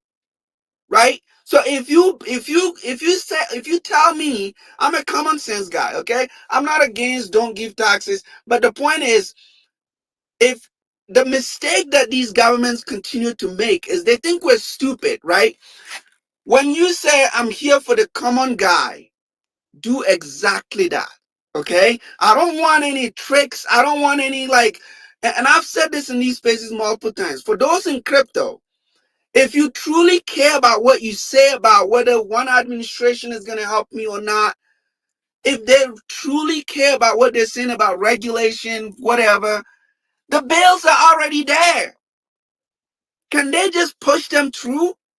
If they're not doing that, anything that they slap on it, it's like a band-aid. Okay? I don't care who does it, right? Because the band-aid is not going to help me. What it does is it creates a bigger black hole for these big institutions to continue to eat on our lunch.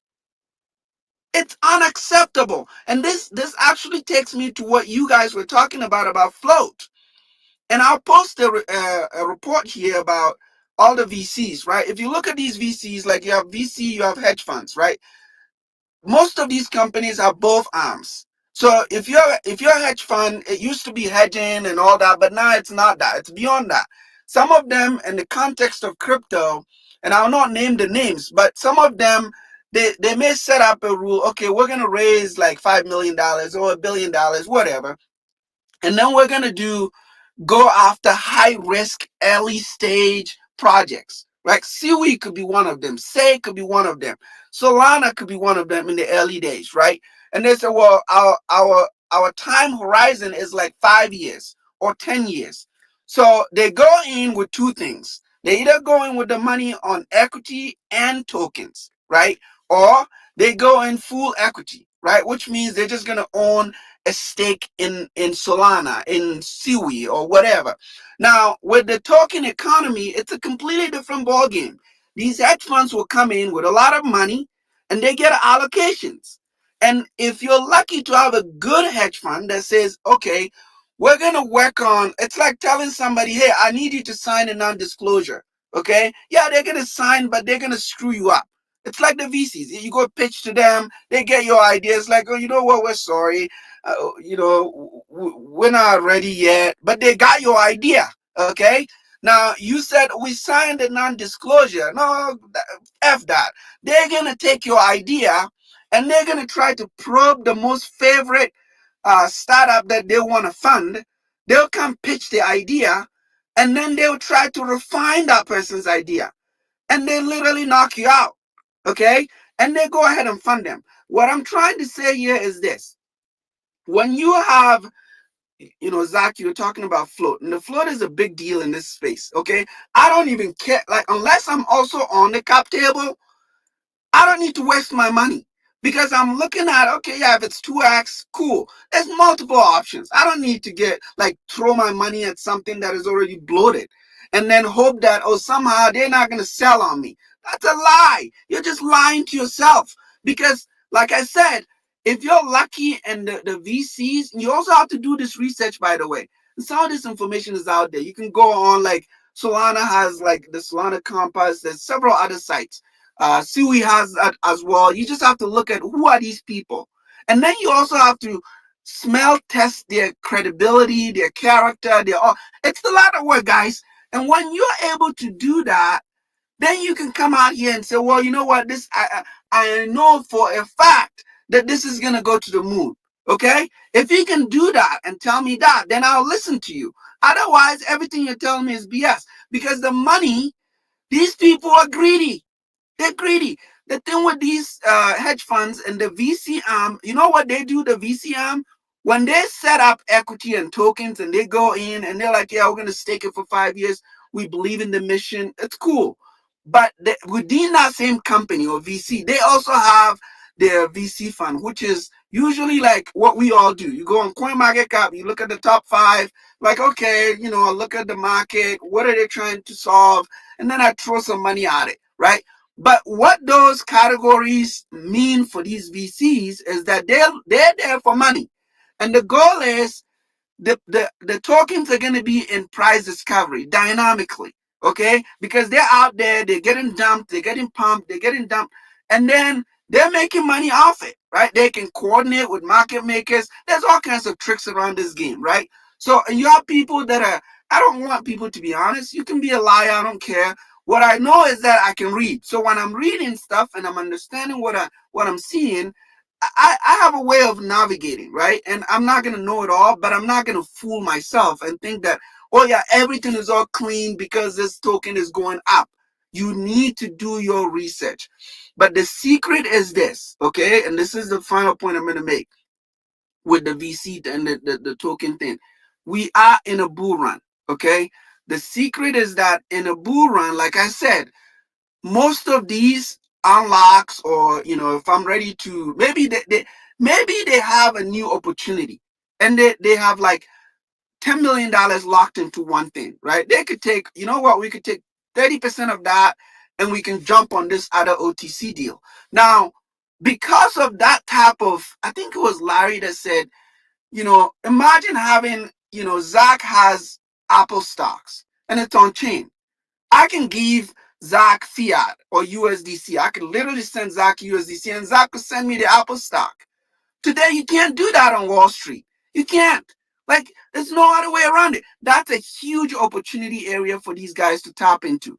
So for now, I think our goal, and I think we all are here learning these things, we should be able to understand that the game is always skewed against the little guy. Okay? I've said this thing about the taxation. If Trump goes on like a selective, because these guys are literally throwing $1 million here, $1 million there. What do you think that is? That's incentive. Okay? Trump, yeah, he can do whatever he wants. But if you want to help everybody else, I've said this before. There's a bill right now. It's called the taxonomy bill. I forgot the name of the bill. It's actually a bill. It's actually sitting there. It's a good one. In fact, it has several good things for all of us, not just VCs, not just rich people that have, and I don't hate rich people. They can be rich, do whatever they want. But what I don't like is when they use their money, power, and influence to curtail all of us. Because when it's favoritism and then they roll out certain things that are designed to be, do you know what they call the feeder fund? These guys don't even need these selective things because there's the IRS extraterritorial rules that says, okay, if I'm in Canada and I'm in a sovereign land and I have a VC in the US, there's all kinds of tricks behind this. That's what I'm trying to say. These guys don't even need these things. So if the government truly wants to help the little guy, there's a bill in Congress. We have the United States Congress that enacts laws. The Constitution gave them that job. And what we're seeing is politicians getting their way around it every single time. Every single time. Do you know why there is the reconciliation thing that both Republicans and Democrats have exploited? Bush exploited it on his tax bill. Trump exploited it on his tax bill. Obama exploited it on that. And guess who did it again? Biden did it on his inflation reduction crap, right? And then guess what? When they had to do the CHIPS Act, they had both sides signing on it. So this is what I'm trying to say. If you can craft something that helps everybody, then both sides can agree on, then I can reason with you and say, you know what, you are for the little guy. Okay, there's Hester Pierce. She literally downloaded the entire rule on GitHub. Okay, they can pull that up and make sure that every little project in this space has some direction on having a token transition from a security to a commodity. It's all spelled out in that GitHub whole document she posted. Gary actually ignored it for the last 4 years. It was a week before Gary was sworn in. He saw that. Hester Pierce talked to him about that. He ignored it for 3-4 years. So again, depending on who they bring, I don't even care. What I'm trying to say is, I don't want to sign up with any politician because they're all the same. Okay? You have to take this as a fact. They are all the same and they're all on the same line. You know who's not on their line? Somebody like me. You know why I'm pissed and frustrated? It's because they're not even fixing the core solution. If you go in America right now, you ask a lot of people, okay? Over 50-something% of them know that inflation is a problem. How are they going to fix it? They can lie to you, but I also know the deficit is going to continue to go up. What makes the deficit go up? I understand that. Printing of money. You're borrowing money you don't have. What does that do to my money that I'm putting in the bank? It goes zero. What do I get? What purchasing power do I get if I get a promotion at my job? It does nothing. Immaterial. Okay? A lot of things. For the first time, should the politician do something for the little guy? I think we all agree with that. So again, if they're dancing around these things, I don't have to be an expert. I don't have to have a title to say that they're dancing around it for anybody to believe me. Unless you're not doing your research. But if you do the type of digging I do to understand some of these things, you're going to be frustrated. So I'm not that optimistic. All I know is that markets and risk assets are going to go up. And I'm positioned around that, okay? I'm going to position myself accordingly. I'm not going to go out beg for somebody to give me money. I don't care for that. I work hard for every dollar. But what I don't want is people standing in my way. So again, take it for what it is. But remember, we're in a bull run. And some of these dips are not going to happen because when they happen, there are deals on the back end that scoop these things up. So if you're waiting for some significant dip or whatever, good luck with that. You're not going to get it until we get to the peak. This is the moment. This is like an opportunity area. Nobody is going to challenge anything that in my mind that we're not going to have a bazooka time in the next 2 years. I shared some data in the comment section. If you care to read, you can go read about it. But this is data. This is, this is objective data. You read that, you understand whether it's tariffs, whether it's taxation, whether it's, the fit bail getting, massaged into something else. Who cares? What I do know is that I own XRP, I own certain assets, I own a lot of ecosystem assets that I know that if Brad gets whatever thing, I don't care. I just want XRP to do well. That's it. I own it now because nobody is telling me you can't buy XRP. They did that. You guess what they did when XRP was at 30, 40 cents? Coinbase and all these exchanges didn't. Can you imagine that? They knew where this was headed, but they didn't relist XRP. They didn't. They waited until, when the price was like, yeah, they got in. They're like, well, we're going to relist it. They're not doing you any favor. You have to always research on your own and hang out with the right people. I am over these politicians, okay? I am over them, okay? I don't care. You can use any type of energy try to convince me. Go ahead with that. And let's talk about this 4 years after this, okay? And we'll find out what happens then. But open your eyes, guys. Open your eyes. There's much money to be made this cycle. There's no doubt on that. And if you're in crypto, blessings to you. Just stick around, be patient, and just divorce yourself from like emotional attachment to some of these politicians. Because guess what? I don't get that type of freedom. Okay?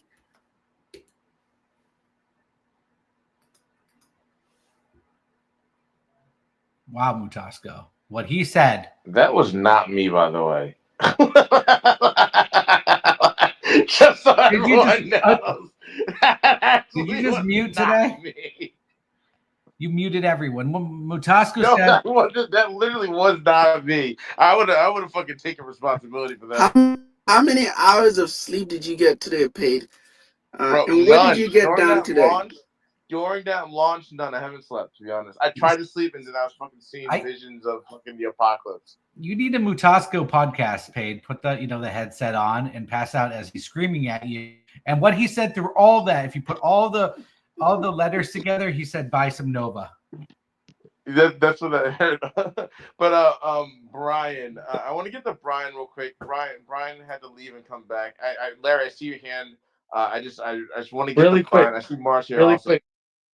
What Mateo said really brought something into my mind. I'm sorry, Brian. I have to get this out.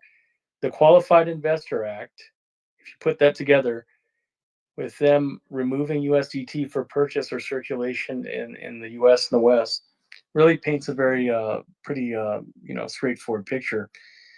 If you can't qualify with X amount of dollars, then you're already excluded from the 1%, like Matasco said, right? If you can only use USDC and RLUSD, then you're limited per day on limits on what you can buy and if you can buy it, and what is your credit rating going to be based on those exchanges that you have to use those for circulation on. But USDT can be used anywhere in the rest of the world through a swap or an exchange or a decentralized exchange, and then you have the ability to have self governance, and you have ability to purchase, and that's why they want to get rid of USDT, because the rest of the world will still be using it. So keep that in mind when that Qualified Investor Act, if it does come about, because it's really going to pump the brakes on many of us. And then if you're stuck in a corner with just being able to use certain stables, then what's the point? So you can see some control mechanisms trying to be floated in, and that's all I wanted to say. If you look at BlackRock, if you have enough to monopolize all the real world assets that can be tokenized, then you own most of the foundational token, or one of the largest holders of it in the world. Then you're arbing both fiat, fractionable real world assets and crypto assets. Then what's to stop you? It's just where we have the numbers, right? And if it's controlled by who qualifies based on their economic threshold, and if you don't have a universally accepted stable to help you purchase outside of the norms, what's the point? So just a reminder, that's why they don't want you to have USDT, because when they can limit how much you can spend, what you can move, and what's qualified to be purchasable with USDC or RLUSD. So keep that in mind. Awesome. We're gonna be wrapping pretty soon, but I see Brian and Mark.